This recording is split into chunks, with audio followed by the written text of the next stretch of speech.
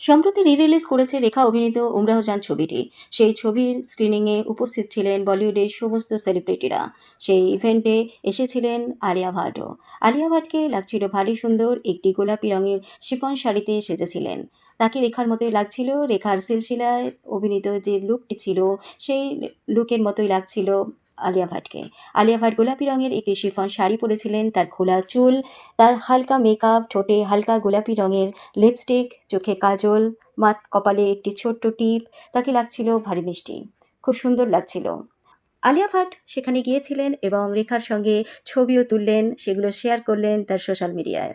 রেখার সঙ্গে যে ছবিগুলো আলিয়া ভাট তুলেছিলেন সেগুলো খুবই ভাইরাল হয়েছে। আলিয়া ভাটের এই লুক প্রত্যেকটা মানুষ দেখে থমকে গেছে। আলিয়া ভাট প্রেগনেন্ট।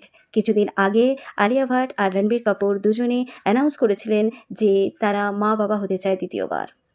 আলিয়া ভাটের পছন্দ একটি ছেলে আর রণবীর কাপুরের পছন্দ একটি মেয়ে। রাহার ছোট্ট একটি বোন আসুক, সেটা রণবীর কাপুর চায়। রণবীর কাপুর মেয়ে খুব ভালোবাসে, কিন্তু আলিয়া ভাট চায় তার একটি ছেলে সন্তান হোক। প্রেগনেন্ট আলিয়া ভাট আমরা জেনেছি যে তিনি প্রেগনেন্ট। কান ফিল্ম ফেস্টিভ্যালে তাকে দেখা গিয়েছিল তার বেবি বাম। আশা করি তার এই সুন্দর জার্নি ভালো হবে, তার আগামী দিনের স্বপ্ন পূরণ হবে, তার কোলে একটি ছোট্ট সন্তান আসুক, সে ছেলেই হোক বা মেয়ে হোক। ভিডিওটা ভালো লাগলে একটা সাবস্ক্রাইব করে দেবেন। ততক্ষণের জন্য টাটা।